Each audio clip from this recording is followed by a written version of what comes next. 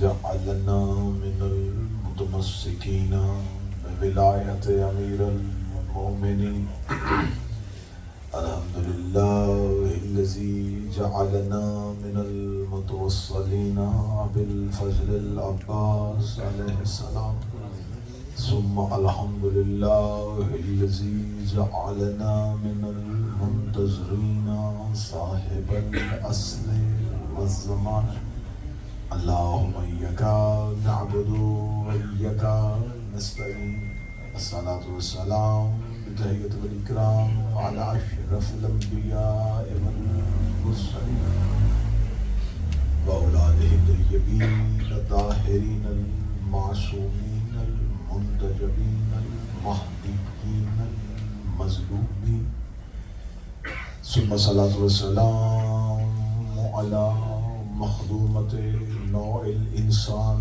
معصومت فی القرآن بلکہ سے حجرت و تقدیس الجلال محافظت النبوہ و ناشرت الولایہ الصدیقۃ المبارکہ الرازیۃ المرضیہ عالمۃ غیر معلمہ ام الکتاب ام القرآن ام الانوار ام العائمہ ام المعصومین ام العلوم ام الہدی ام الحسن ام الحسین ام المحسن ام العباس و ام ابیہا السیدہ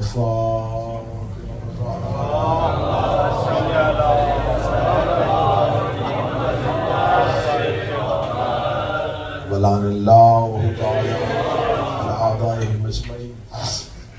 اما بعد فقد قال حق سبحانہ تعالی فی کتابہ المجید و فرقان الحمید بسم اللہ الرحمن الرحیم ثم اورثنا الکتاب الذین اصطفینا من عبادنا بلندتر صلوات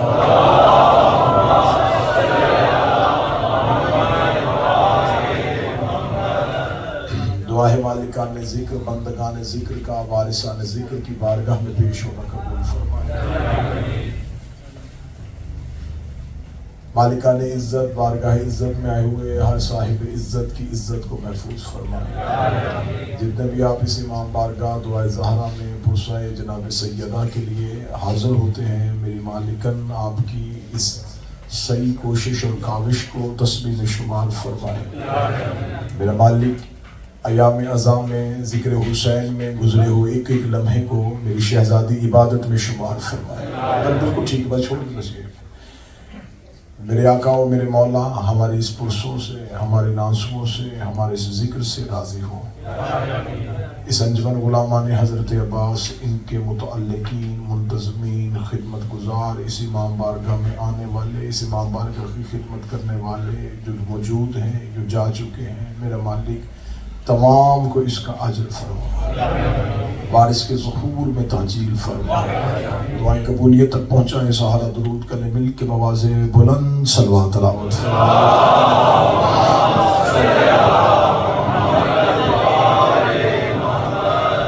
ایام اعظام میں ہمارے ساتھ شریک ہوا کرتے تھے برادر جناب سہیل رضوی صاحب روحانی طور پر موجود ہیں جسمانی طور پر موجود نہیں ان کی بلندی درجات کے لیے ایک بلند صلوات تلاوت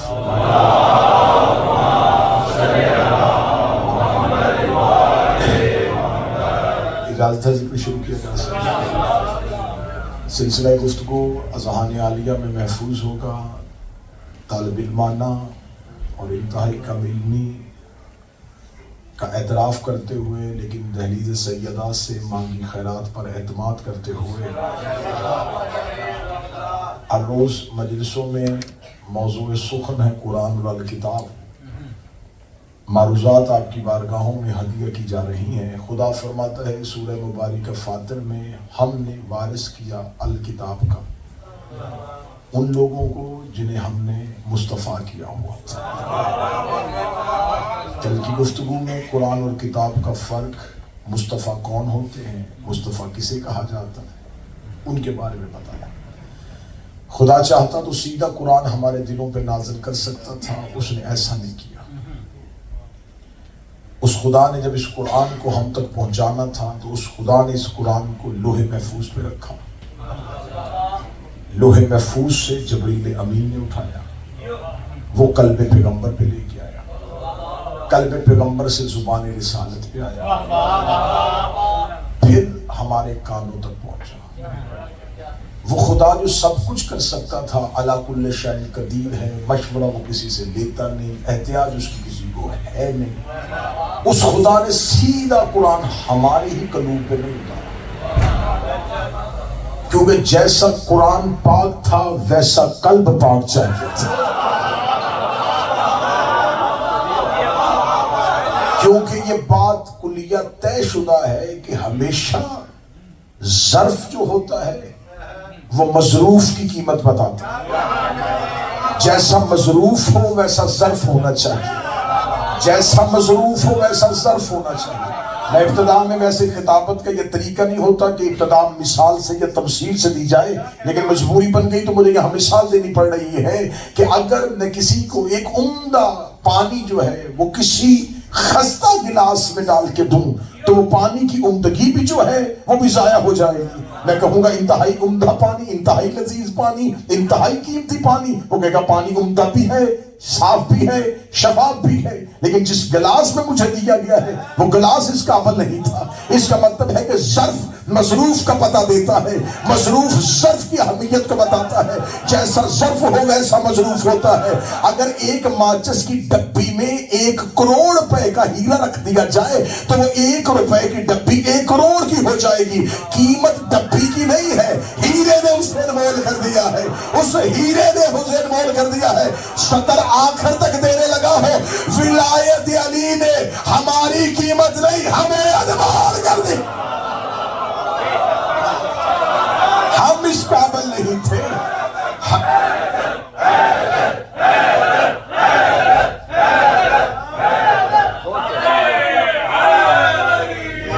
ہم اس قابل نہیں تھے۔ محبت علی نے، ولایت علی نے، عزائے حسین نے سیدھا چاہتا تو قرآن نازل کر سکتا تھا، نہیں کیا۔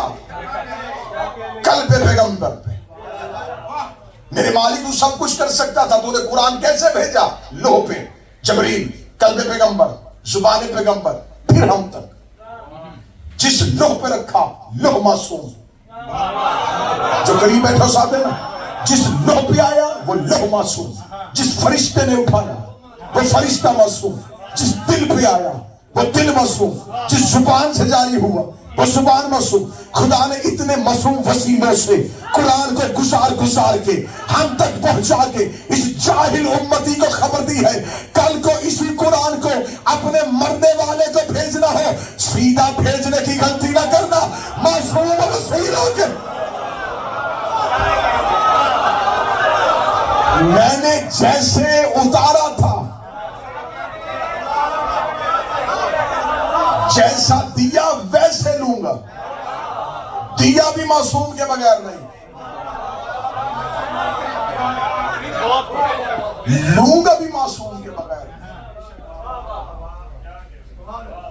کس سے پوچھو؟ خدا نے فرمایا تم قرآن کی تعویل کر نہیں سکتے، اللہ یا اللہ کرے گا یا راسخون فی العلم، یا وہ کریں گے جو علم کے اندر اترے ہوئے۔ قرآن کی تعویل یا اللہ کرے گا جس کا کلام ہے، یا وہ کریں گے جو راسخ کہتے ہیں جو اترا ہوا ہو، جو علم کے اندر اترے ہوئے ہیں۔ اور قرآن ہی کا ایک نام علم بھی ہے۔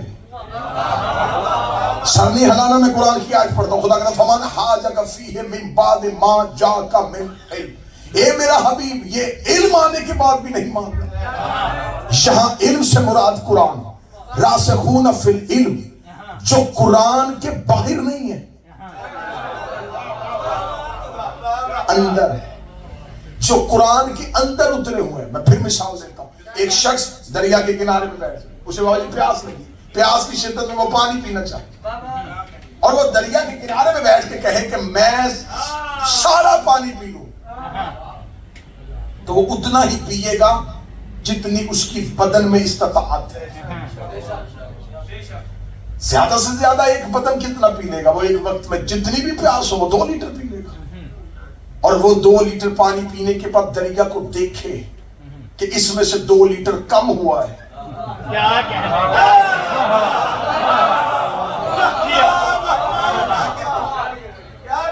میں نے اس میں سے 2 لیٹر پانی کم کر دیا، فرق دریا کو نہیں پڑا. پیاس اس کی پوری ہوئی، دریا میں فرق نہیں آیا. میں راسخون فی العلم اور حافظان قرآن کا فرق سمجھانے لگا. میں مفسرین قرآن کا اور راسخون فی العلم کا فرق سمجھانے لگا. جنہوں نے قرآن سے علم لیا وہ کتنا لیتے ہیں، اور جو قرآن کے اندر اترے ہوئے ہیں وہ کیسے اترے ہوئے ہیں. اس نے سمندر کے دریا کے کنارے میں پانی پینے کے بعد سوچا کہ میں نے اس دریا سے 2 لیٹر پانی کم کر دیا، تو دریا میں تو کمی نہیں آئی تھی. یا وہیں کھڑے کھڑے ایک شخص آیا، اس نے دریا کے اندر چھلانگ لگا دی، اس نے پانی میں تیرنا شروع کر دیا. اب وہ پانی میں تیر رہا ہے. اب کوئی مجھے بتائے گا وہ کتنے پانی میں تیر رہا ہے؟ وہ 10 لیٹر میں تیر رہا ہے، وہ 50 لیٹر میں تیر رہا ہے، وہ 1000 کیوسک میں تیر رہا ہے. اب ہر کوئی یہ نہیں کہے گا کہ وہ 5 لیٹر میں تیر رہا تھا، اس نے 10 لیٹر میں غوطہ کھایا تھا. سارے کہیں گے وہ دریا میں تیر رہا تھا، وہ دریا میں تیر رہا تھا، وہ دریا میں تیر رہا تھا. اس کا مطلب ہے کہ جو اتر جائے وہ صرف مدت معین تک نہیں ہوتا، وہ لامحدود ہوتا ہے. خدا کہتا ہے راسخون علی علم، قرآن کے باہر نہیں، یہ قرآن کے اندر اترے.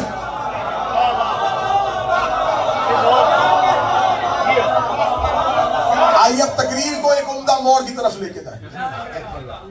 خدا کہتا ہے واللہ اخرجکم من بطون امہاتکم لا تعلمون شیئا. جب تم ماں کے پیٹ سے باہر آئے تم کچھ بھی نہیں جانتے تھے. لا تعلمون شیئا، تم کچھ بھی نہیں جانتے، تمہیں کچھ بھی نہیں پتا. یہ ہے کس کی؟ جو ماں کے پیٹ سے پیدا ہوا، جو شکل مادر سے آیا، اس کی اوقات. جو شکل مادر سے آئے گا وہ لا تعلمون ہو. اب وہ مفسر ہو، وہ محدث ہو یا صحابی ہو، جو بطن مادر سے آیا وہ لا تعلمون. اور خدا کہتا ہے کہ اگر تم یہ دیکھنا چاہتے ہو کہ تم نے پوچھنا ہے فاسألوا اہل الذکر، اگر تم کچھ نہیں جانتے تو پوچھو ان سے جو اہل ذکر ہے.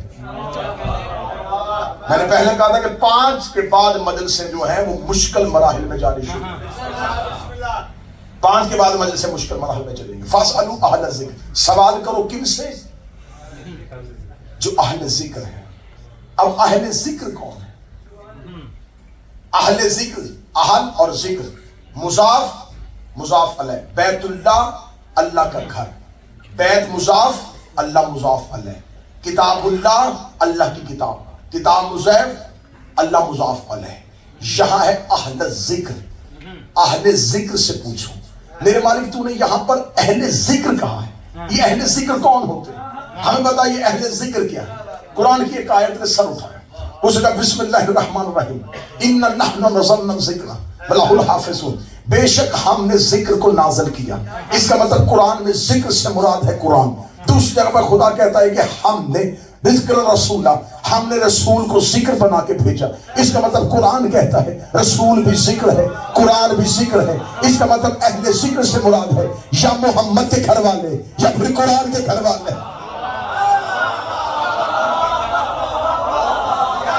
سوال کرو ان سے جو اہل ذکر ہے. اہل اور ذکر، ذکر سے مراد قرآن نے 2 دیے، ذکر رسول، ذکر قرآن. اہل ذکر قرآن کے اہل. بس تھوڑا آیتوں میں ساتھ دیجیے گا، نتیجہ بڑا خوبصورت ہے. ذکر قرآن، ذکر رسول. اہل ذکر قرآن کے اہل، رسول کے اہل. اب ذکر کے میں نے 2 آیتیں پڑھ دی. ذکر سے مراد قرآن بھی ہے، ذکر سے مراد رسول بھی ہے. یہاں اہل قرآن اور اہل ذکر. میرے مالک اہل کسے کہتے ہیں؟ یہاں 5 جگہوں پہ خدا نے اہل کا بتایا. پہلی آیت جب نوح نے بیٹے کو آواز دی، میرے ساتھ کشتی میں بیٹھ جا. خدا نے کہا کیوں بچانا چاہتا ہے؟ نوح نے کہا اہلی، یہ میرا اہل ہے، یعنی کہ میرا بیٹا ہے. اہل سے مراد بیٹا، ذکر سے مراد رسول. اہل ذکر رسول کا بیٹا.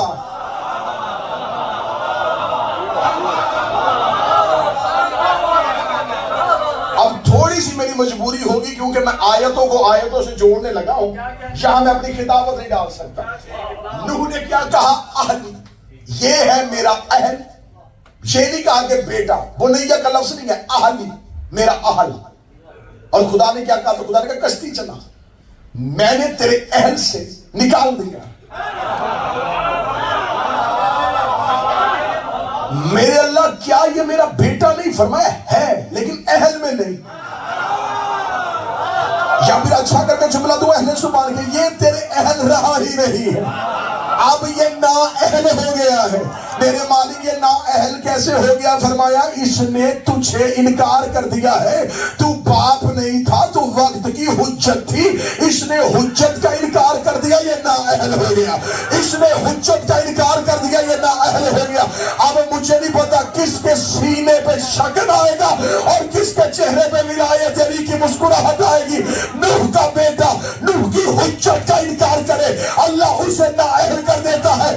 آج کوئی سید علی کی ولایت کا انکار.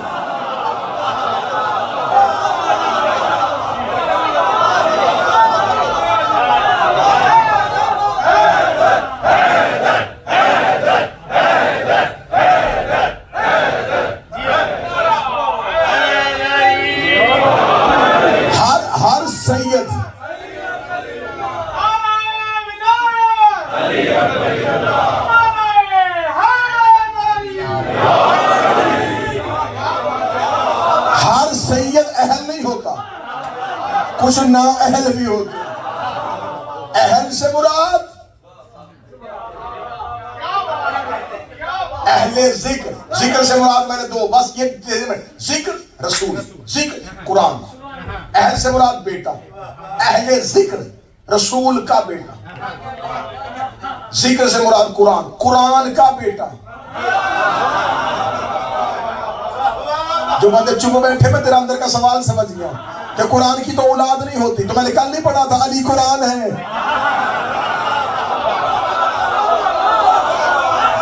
فَاسْأَلُوا أَهْلَ الذِّكْرِ، پوچھو محمد کے بیٹوں سے، پوچھو علی کے بیٹے سے. آگے چلیں. فَاسْأَلُوا أَهْلَ الذِّكْرِ، اہل سے مراد بسم اللہ اگلی میں، اہل سے مراد بیٹا. آئیے پھر قرآن سے پوچھتے اہل سے مراد اور کیا ہے. خدا نے موسیٰ سے کہا فرعون کے دربار میں جا، اسے ہدایت کر. یہ قرآن ہے. خدا کہہ رہا ہے کہ ہم نے موسیٰ کو فرعون کی طرف بھیجا، جا تو جا. میرے مالک تو جانتا ہے کہ اس نے ہدایت نہیں پانی، تو موسیٰ کو بھیج کیوں رہا ہے؟ اچھا چلے علم نبوت میں نہ ہو، علم توحید کے تو سارے قائم. جو نبوت میں خطا مانتے ہیں وہ بھی توحید میں نہیں مانتے. چلے موسیٰ کو نہیں پتا تھا، اللہ کو پتا تھا کہ فرعون نے ہدایت نہیں پانی، اس نے بھیجا کیوں. آج بندے کہتے ہیں نا کہ محمد نے شادیاں کیوں کی،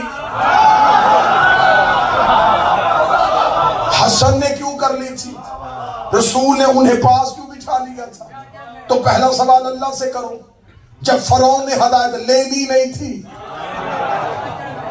تو نے بھیجا کیوں تھا؟ مجھے اہل پڑھنا ہے. خدا نے کہا جا موسیٰ فرعون کی جانب. موسیٰ ایک لمحے کے لیے پریشان ہوئے اور کہا میرے مالک اکیلا نہ بھیج مجھے، وہ سرکش ہے، وہ ظالم ہے، میں تجھے بھیج رہا ہوں تبلیغ کے لیے. ڈر کیوں ہے؟ فرمایا رب شرح لی صدری ویسر لی امری واحلل عقدۃ من لسانی وَيَفْقَهُ قَوْلِي وَاجْعَلْ لِي وَزِيرًا مِنْ أَهْلِي هَارُونَ أَخِي.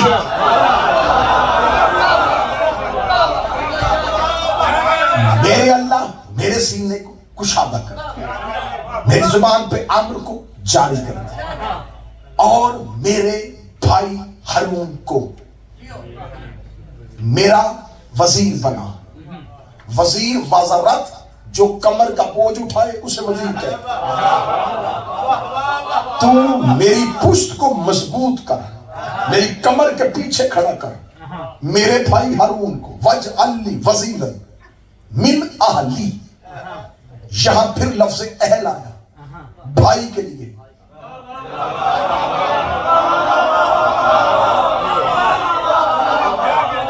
اب مجھے نہیں ہے کہ 85% مجمع صرف دیکھ رہا، 10 یا 15% ہے جو سمجھ رہا ہے، میں انہی کے لیے پڑھ رہا ہوں. وہاں اہل کا لفظ آیا تھا بیٹے کے لیے. وَاجْعَلْ لِي وَزِيرًا مِنْ أَهْلِي. ہارون میرا بھائی ہے جو میرا اہل ہے. اہل بھائی. فَاسْأَلُوا أَهْلَ الذِّكْرِ. ذکر سے مراد محمد. پوچھو محمد کے بھائی سے.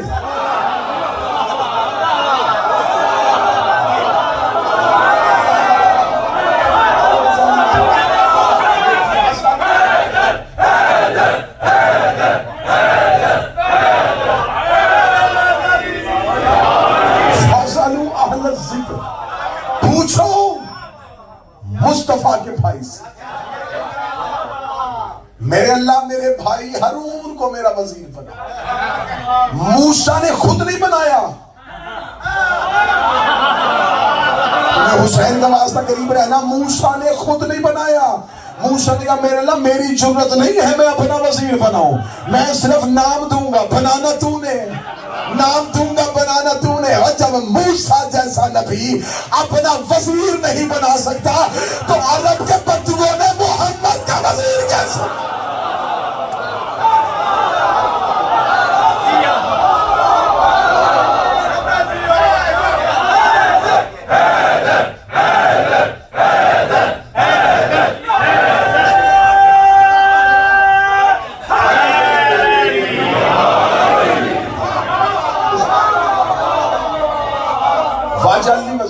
خود نہیں بنایا. اور بابا جی اگلی بات آپ سے دعا لینے کے لیے، صداعت سے دعا لینے کے لیے میں اگلا جملہ پڑھنے لگا ہوں. سلطان بھائی اگلا جملہ سنیے گا، دعائیں لینے کے لیے صداعت کی. جناب موسیٰ نے کہا میرے بھائی کو، اخی کو میرا وزیر بنا. ہارون بھائی تھا اور حضرت موسیٰ شعیب نبی کے داماد تھے. سسر بھی نبی تھا.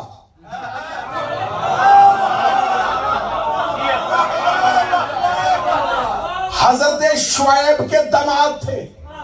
یہ نہیں کہا کہ میرے سسر کو. موسیٰ نے پیمانہ دے دیا، وزیر جب بھی بنتا ہے بھائی بنتا ہے. سسر نبی بھی ہو، جو یوں سر ہلا رہے تمہاری مرضی. سسر نبی بھی ہو.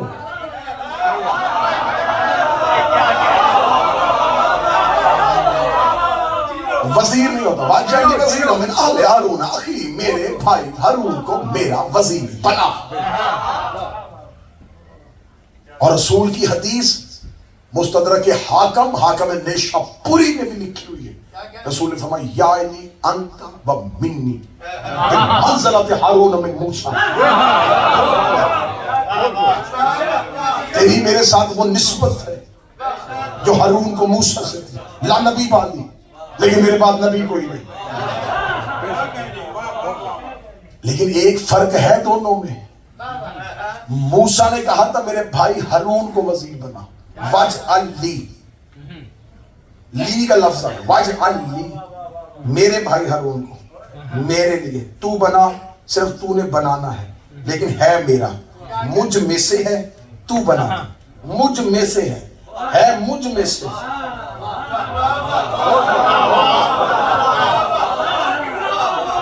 سطر پڑھوں اور اڑ جاؤں. بنا دے میرے بھائی کو جو مجھ میں سے ہے، جو مجھ میں سے ہے، مجھ سے دعا مانگے تو اللہ سے کہتا ان سے بنا جو مجھ میں سے ہے۔ جب محمد نے دعا مانگی فرمایا وَاجْعَلْ لِي مِن لَدُنْكَ، مجھے علی دے جو تجھ میں سے ہے۔ وَاجْعَلْ لِي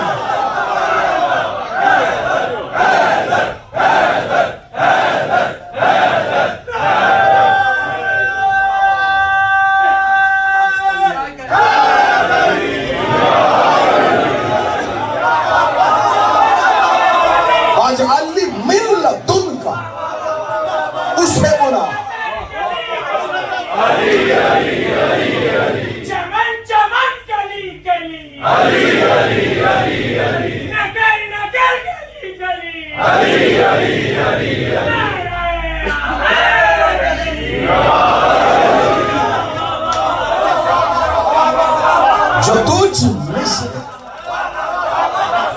من کن تو مولا،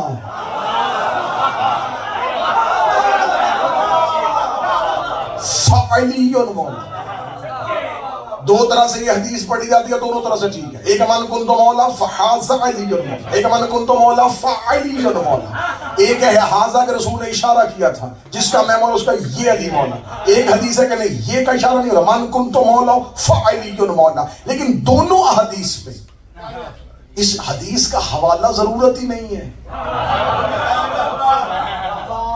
میں زیادہ سے زیادہ کتابوں کا نام دوں گا تو زیادہ بہت لمبی طویل فہرست ہو جائے گی کہ ایک کتاب، ایک چھوٹی سی کتاب ہے پروفیسر ڈاکٹر طاہر القادری کی، کتاب کا نام سننا ذرا، السیف الجلی فی منکر ولایت۔ یہ پروفیسر ڈاکٹر طاہر القادری کی کتاب ہے، السیف الجلی فی منکر ولایت علی۔ سیف کہتے تلوار کو، جلی کہتے اللہ کی تلوار علی کی ولایت کے منکر کے لیے۔ بالکل چھوٹا سا کتاب کا آپ کو انٹرنیٹ سے پی ڈی ایف کی صورت میں مل جائے گی، ان کی کسی ویب سائٹ سے چھوٹا سا کتاب سے۔ اس کتاب سے میں ڈاکٹر طاہر القادری نے 250 محدثین کے نام لکھے جنہوں نے حدیث غدیر کو لکھا ہے۔ سب سے زیادہ مشہور حدیث ہے نا صلاۃ و معراج المومن، بچے کو یاد ہے، نماز مومن کی معراج۔ اس کے بھی اتنے راوی نے جتنے اس حدیث کے۔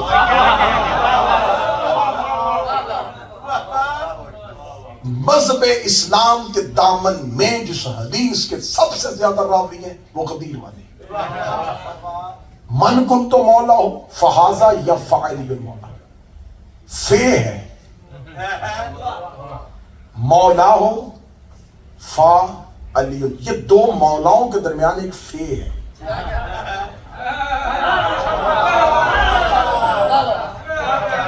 بوسٹ مجمع ہوتا نا تو میں اوپر جا رہا ہوں، اب تھوڑا سا آپ نیچے آئے ہیں تو میں بھی نچلی پرواز پہ آنے لگا۔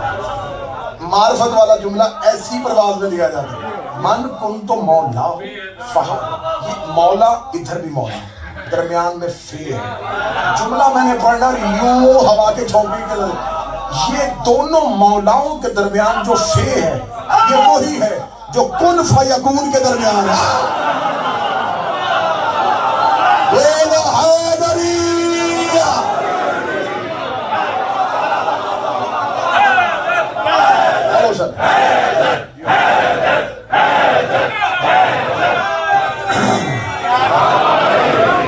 جو کن فیکون، کن ہو جا، یکون ہو جاتا ہے، کن ہو جا یکون ہو جاتا ہے، لیکن کن کو یکون میں ڈھالنے کے لیے ایک فے آتی ہے۔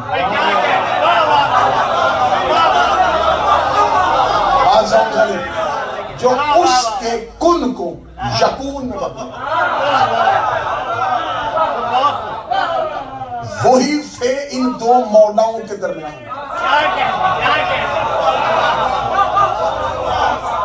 انما ولیکم اللہ، پیر جون شاہی، انما ولیکم اللہ ورسولہ والذین آمنوا الذین یقیمون الصلاۃ ویؤتون الزکاۃ وهم راکعون۔ بے شک اللہ تمہارا ولی ہے، اس کا رسول تمہارا ولی ہے، اور وہ ولی ہے جو صلاۃ کو قائم کرتے ہوئے یہاں پر ایک لفظ بول دیا جاتا ہے جو حالت رکوع میں زکات ہے.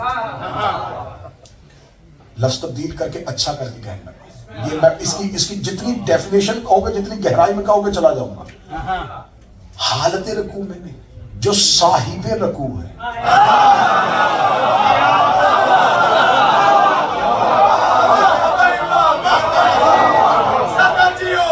الراکعون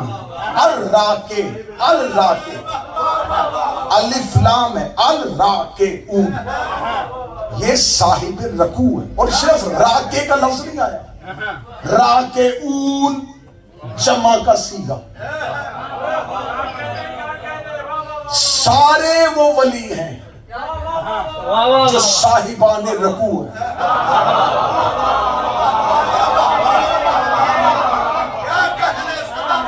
صاحب رکوع ہے، جن کے حصے کا انہیں مل رہا ہے، جن کے حصے کا انہیں علی دے رہے ہیں. علی کا ایک نام ہے راکع، صاحب رکوع. علی کو رکوع کیوں کہا جاتا ہے؟ الراکع کیوں؟ رکوع نماز کا ایک رکن ہے. اس سے پہلے قیام ہے، بعد میں سجدہ ہے. قیام اور سجدے کے درمیان رکوع ہے. علی رکوع ہے. قرآن میں علی کا ایک نام ہے صاحب رکوع. اب آپ نماز سوچ رہے ہیں اور میں کہیں اور لے کے جانے لگا ہوں. رکوع سے پہلے قیام، بعد میں سجدہ. قیام ہے خالق کے لیے، سجدہ ہے مخلوق کے لیے. جو خالق اور مخلوق کے درمیان ہے مولا حسین زندگی دے. جو اللہ اور بندوں کے درمیان بھائی کو حسین عزت جو قیام اور سجدہ، جو خالق اور مخلوق کے درمیان، جو اللہ اور بندوں کے درمیان. بادشاہ حسین کی عزت کی قسم کوئی بھی نمازی قیام سے سجدے میں جا نہیں سکتا جب تک درمیان میں رکوع نہ ہو. کوئی اللہ سے مخلوق تک آ نہیں سکتا اگر درمیان میں علی نہ.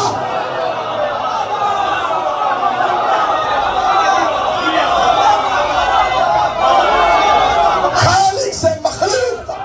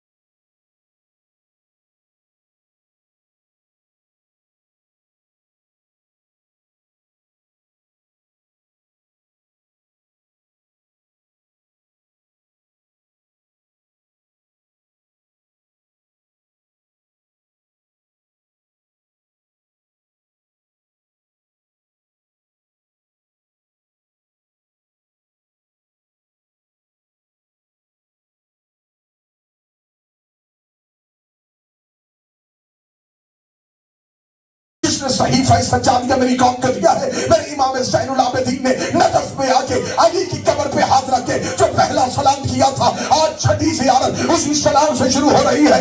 میرے چوتھے امام نے قبر علی پہ السلام علیکہ ایھا الاسم الرضی، اے سلام ہے میرا اس پہ جو اللہ کا اسم ہے۔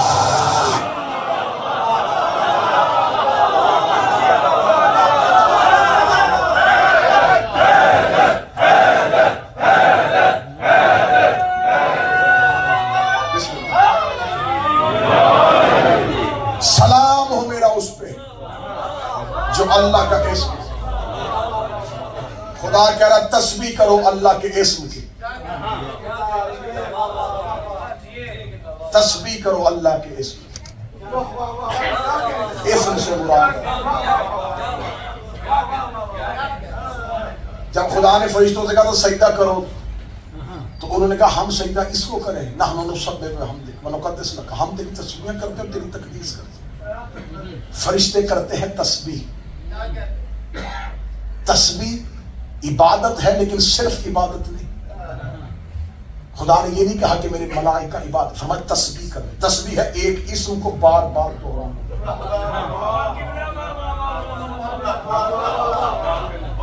ایک اسم کی تکرار کو تسبیح کہتے ہیں۔ اسم پڑھنا شروع کیا، تسبیح ہونے شروع ہوئی۔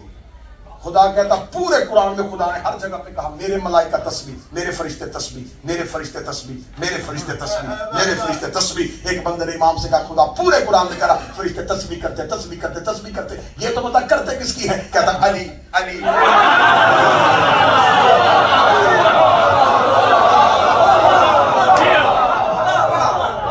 اسم اللہ کی تسبیح کرتے ہیں جو علی ہے۔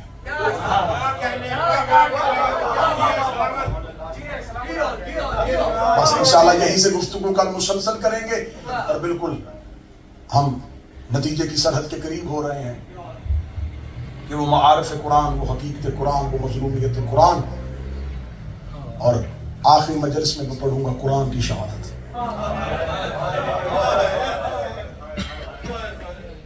مسلمانوں نے جہاں محمد کی اولاد ماری وہاں قرآن قتل کیا۔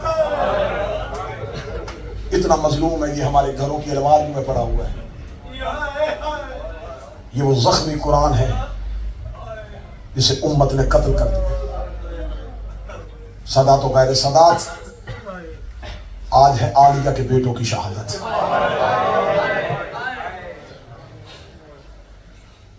یہ روش معصوم نے نہیں، لیکن ہمارے علماء کا یہ طریقہ کار ہے کہ شہادتوں کا آغاز، کربلا کی شہادتوں کا آغاز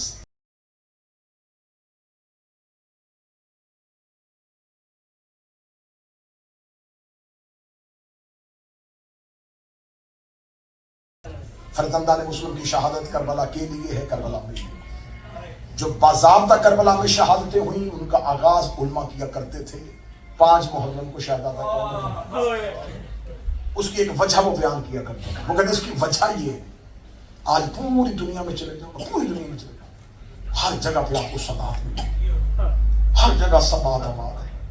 کسی سے جا کے پوچھو آپ سید ہیں؟ جی۔ کس امام کی اولاد ہے؟ حسنی ہے، حسینی ہے، عابدی ہیں، جعفری ہیں، کاظمی ہیں، رضوی ہیں، تقوی ہیں، نقوی ہیں۔ ڈھونڈنے سے بھی کوئی یہ نہیں کہے گا میں زینبی سید ہوں۔ کوئی کہے گا میں حسن کا بیٹا ہوں، کوئی کہے گا میں حسین کی نسل ہوں، کوئی کہے گا میں سجاد کی نسل ہوں، کوئی کہے گا میں موسیٰ کاظم کی نسل ہوں، کوئی نہیں کہتا کہ میں زینب کی نسل ہوں۔ تو پھر آپ پہلا جملہ چیخ مار کے سننا، کربلا میں زینب نے بیٹے نہیں دیے، نسل قربان کروائی۔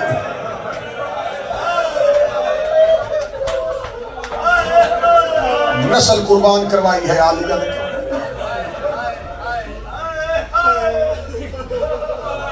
مولا حسین مدینہ سے آ چکے، عبداللہ ابن جعفر طیار مدینہ، اور یہ دونوں شہزاد مدینہ۔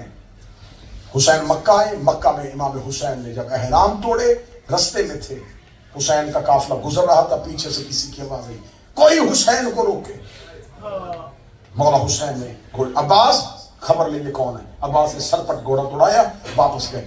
حضرت عباس واپس آئے، مولا عبداللہ ابن جعفر طیار آئے۔ عبداللہ آ رہے ہیں، میں تو انہیں بستر بیماری پہ چھوڑ کے آیا تھا، کیوں آ رہے ہیں عبداللہ؟ عالیہ کو محمل میں پتا چلا کہ عبداللہ آ رہا ہے۔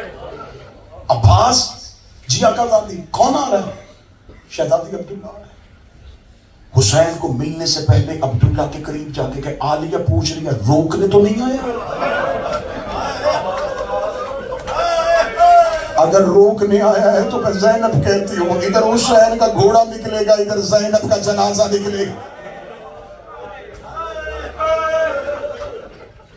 جناب عبداللہ کی آواز آئی، عباس عالیہ سے کیا کوئی اہم بات؟ جناب عبداللہ کا گھوڑا عالیہ کے محمل کے قریب آئے، بی دیکھا دی عبداللہ کیوں آئے؟ عبداللہ رو کے کہتے عالیہ مجھے خبر ہوئی ہے کہ حسین مکہ سے نکل پڑے، میں مدینہ سے تیز گھوڑا سوار سے رات دوڑا، صرف اس لیے تیز گھوڑا سواری سے آیا کہ مجھے خبر ہو گئی کہ حسین نے مکہ چھوڑ دیا۔ مجھے حسین کی تیاری بتا رہی ہے کہ حسین کا آخری سفر ہے۔ عالیہ میں نے بڑی منت کی تھی لیکن امام وقت ہے، اس نے کہہ دیا کہ نہیں عبداللہ آپ مدینے رہیں گے۔ عالیہ میں نے گھر میں بیٹھ کے سوچا ہے امیر سفروں پہ جائیں ان کا کوئی صدقہ دیتے، میں شروع کر چکا مصاحبہ، اللہ جانے تو کس ذہن میں تھا، جب امیر سفروں پہ جائیں تو ان کا کوئی صدقہ دیتے ہیں، صدقے کا نام آنا تھا۔ عالیہ نے محمل کا پردہ اٹھایا، رو کے کہتی اللہ عبداللہ تیری جگیرے تجھے مبارک کرے، تو اتنا امیر ہو گیا ہے کہ تو میرے حسین کا کوئی صدقہ دے دے گا، اتنا کہنا تھا۔ عبداللہ نے اپنی عبا کو کھولا، اون محمد کے ہاتھ نکالے، رو کے کہا میرے گھر میں میرے بچوں سے قیمتی کچھ بھی نہیں ہے، اگر حسین میں مشکل آئے اون اپنی طرف سے صدقہ کر دینا، محمد میری طرف سے صدقہ۔ یہ شہزادے حسین پہ میری اور اپنی طرف سے صدقہ کر دینا۔ امام حسین نے مدینہ کب چھوڑا؟ 28 رجب، اور یہ دن کون سا ہے؟ 12 یا 13 ذی الحجہ۔ 4 مہینے 12 دن کے بعد بچوں نے ماں کو دیکھا۔ میں پھر جملہ کہنے لگا ہوں، 4 مہینے 12 دن کے بعد اون محمد نے ماں کو دیکھا۔ جب جناب عبداللہ نے کہا نا کہ حسین کا صدقہ کر دینا، شہزادے اماں اماں کہہ کے دوڑے، عالیہ نے محمل کا پردہ نیچے گرایا، رو کہتی مجھے ماں کہے تو اکبر کہے یا قاسم کہے، تم حسین کا صدقہ ہو، میں سید زادی ہوں۔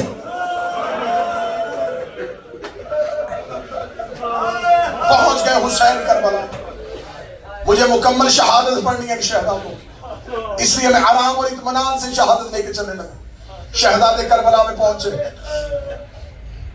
شب عاشور مولا حسین خیموں کا پہرا دے رہے تھے، سیداتیوں کے خیموں کا۔ اور ایک بات ذہن میں رکھیے گا، خیمہ اور ہے اور خیمہ گاہ اور ہے۔ بعض لوگ خیمہ گاہ اور خیمہ ایک چیز سمجھتے ہیں، یہ جو خیام گاہ ہے نا، یہ تھے سیداتیوں کے خیمے، ان کے چاروں طرف تھے ہاشمیوں کے خیمے، پھر اس کے باہر والے چکر میں تھے اصحاب کے خیمے۔ اصحاب ہاشمیوں کے خیموں تک پہنچ سکتے تھے لیکن ادھر سے کوئی ادھر نہیں آ سکتا تھا۔ ان خیام حسینی کے درمیان میں تھے پھر علی کی بیٹیوں کے خیمے، اور ان علی کی بیٹیوں کے خیموں کے درمیان میں تھا عالیہ کا خیمہ۔ ہائے عباس تیرے پردے کا انتظام۔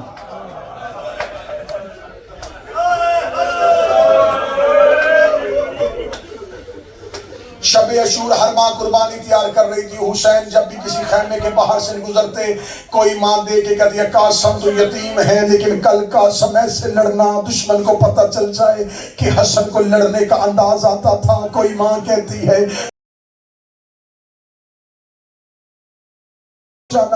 ہر ماں اپنا اپنا بچہ تیار کر رہی تھی، حسین ایک خیمے کے باہر سے گزرے، حسین جیسے سابر کی چیخ نکلی، علی کی بیٹی دونوں بچوں کو سامنے بٹھا کے کہہ رہی تھی اونو محمد تم جعفر تیار کے پوتے ہو، حیدر کرار کے نواسے ہو، کل جب میدان میں جانا تمہیں دو طرفین سے شہادت ملی ہے، تم دونوں طرف سے بہادری کا بھی سند پاتے ہو، کل ایسے جنگ کرنا زمانے کو جعفر تیار یاد آ جائے، زمانے کو حیدر کرار یاد آ جائے۔ اور نے کھڑے ہو کے دونوں ہاتھ ماتھے پہ رکھے، ماتھے پہ رکھے کہتا اماں کل کا دن تو ہونے دے، ہم حسین بھی ایسے قربان ہوں گے، زمانہ ہماری مثال دے گا۔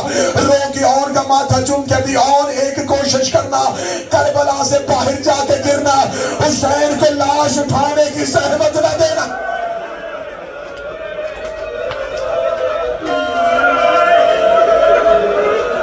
چیخ نکل گئی حسین کی، فرمایا عالیہ تیری تربیت کے صدقے 10 محرم کے صبح ہر ماں اپنا بیٹا لے کے عباس کے پاس جاتی ہے، مولا حسین سے اجازت لے کے دے، مولا حسین سے اجازت لے کے دے، مولا حسین سے اجازت لے کے دے۔ 7 مرتبہ عباس گئے ہیں، مولا انہوں محمد اجازت مانگ رہے ہیں۔ مولا عباس نے جب 7ویں مرتبہ پوچھا، حسین چیخ مار کے کہتے ہیں غازی یہ میری بہن کے بیٹے ہیں، غازی یہ عالیہ کے بیٹے ہیں، عالیہ نے بڑے بڑے احسان کرنے ہیں اسلام پہ، میں کہتا ہوں عالیہ کا آنا ہی بہت ہے، اس کے بیٹوں کی قربانی نہ لے۔ اتنا کہنا تھا، یہ عالیہ پردے کے اندر سے آئی، رو کے کہتی عباس حسین سے کہ میرے بیٹے کوئی اکبر سے پیارے ہیں، میرے اونو محمد بھیج اپنا اکبر بچا، میرے اونو محمد بھیج اپنا اصغر بچا۔ شہزادی نے مولا حسین کو خیمے میں بلایا، اے بھیا حسین، اونو محمد کو ابھی تک موت کی اجازت کیوں نہیں دی؟ حسین روئے، رو کے کہتے عالیہ میں کس طرح انہیں بھیجوں؟ فرمایا میں عالیہ کہہ رہی، حسین انہیں زیادہ دیر مہمان نہ رکھ، حسین یہ تیرا صدقہ۔ ماں نے لال تیار کی، چھوٹی چھوٹی تلواریں کمر کے ساتھ باندھی۔ جب ماں نے تیار کیا نا، میں جملہ رکا ہوا تھا کہ غازی کے نوکر جملہ سنیں، ماں اونو محمد کو تیار کر کے ماتھے چوم کے کہتی ہے جاؤ عباس سے اجازت لے کے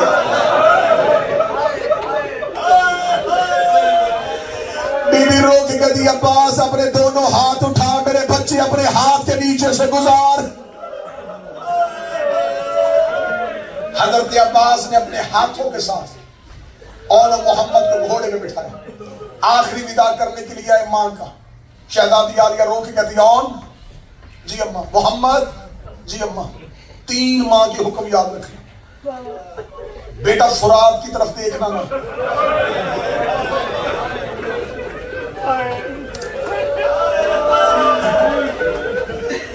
بیٹا پانی کی طرف نہ دیکھنا،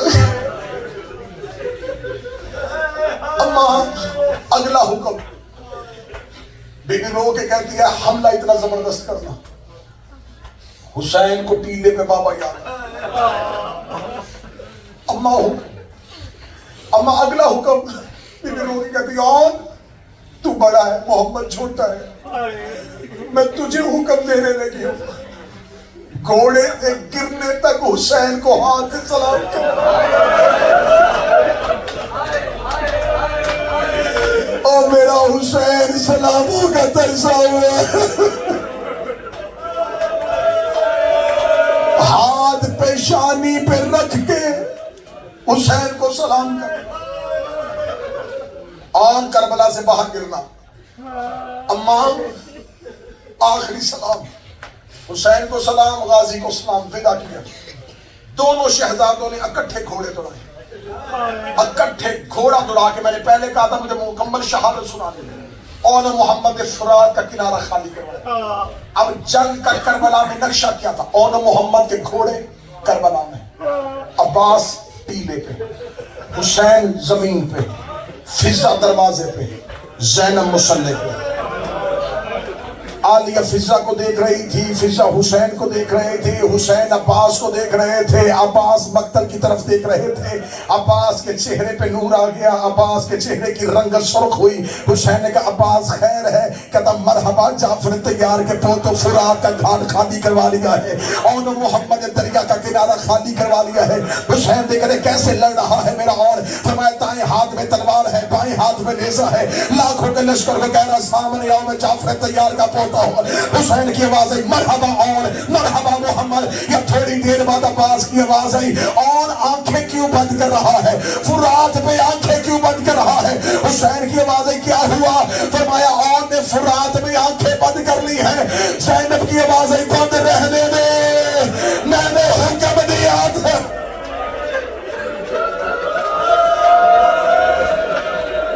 جناب اون کا حملہ مقتل کہتی ہے جاندار حملوں میں سے جاندار حملہ تھا ہون کا. فوجیں کربلا سے نکل کے کوفے کی دیواروں پہ لگی. یہ کربلا کا فہد شہزادہ ہے جو عمر ابن سعد کے خیمے کی پوسٹ پہ گیا ہے. اس نے جا کے عمر ابن سعد کے خیمے کی پوسٹ پہ نیزہ مارا. نیزہ مارا تو نے مانگی تھی میرے حسین سے مایا. اس نے خیمہ چھوڑا. خیمہ چھوڑ کے کہنے لگا کون آ گیا ہے مقتل میں؟ میری ہزاروں کی فوج بکریوں کی طرح بھاگ کیوں رہی ہے؟ کسی نے کان میں آ کے کہا عباس کے بھانجے ہیں، جعفر طیار کے پوتے ہیں، حیدر کرار کے نواسے ہیں. اس نے کہا پھر ان کے ساتھ تلوار سے نہ لڑو. ایک ملعون قریب اشش قبیلے سے اس کا تعلق تھا، قریب آیا. آگے کہا تو لڑ رہا ہے، تیری ماں کے خیمے کو آگ لگ گئی ہے. اور نے پیچھے مڑ کے دیکھا، اس میں غیرت نے اور تو وہاں نیزہ مارا جہاں اکبر کو لگا.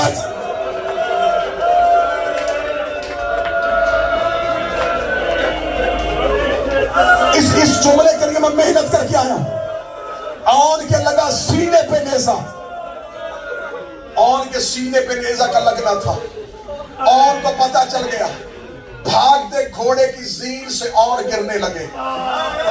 گرتے گرتے آن کی آواز آئی میرے اللہ میں زینب کا بیٹا ہوں. میرے اللہ میں نے ساری زندگی تجھ سے کچھ نہیں مانگا. میرے اللہ میری ماں کا حکم تھا کوئی ایسی سبیل کر کہ میں اپنے حسین کو ہاتھ سے سلام کر سکوں. کتابیں کہتی ہیں کہ مقتل کہتی ہے آن نے ہاتھ اٹھا کے پیشانی پہ رکھا. صدیقہ علی نے تیر مارا. تیر آن کے ہاتھ سے گزر کے پیشانی پہ لگ گیا. آن کا ہاتھ پیشانی پہ جڑ گیا. جب حسین آن کی لاش میں پہنچے ہاتھ مارتے پہ لگا حسین حسین جو کربلا کے زائر بیٹھے ہیں گواہی دینا. آج بھی آن کا روزہ کربلا میں نہیں. کربلا کے باہر سویا ہوا ہے زینب کا بیٹا. اگلی سطر ماتم کر کے سننا تو زینب کے بچے کا ماتم کرنے کے لیے آئے ہو. 10 محرم جب سجاد نے اجازت امامت کے ساتھ لاشیں دفنائی، معصوم فرماتے ہیں اور آج بھی قبر میں پیشانی پہ ہاتھ رکھ کے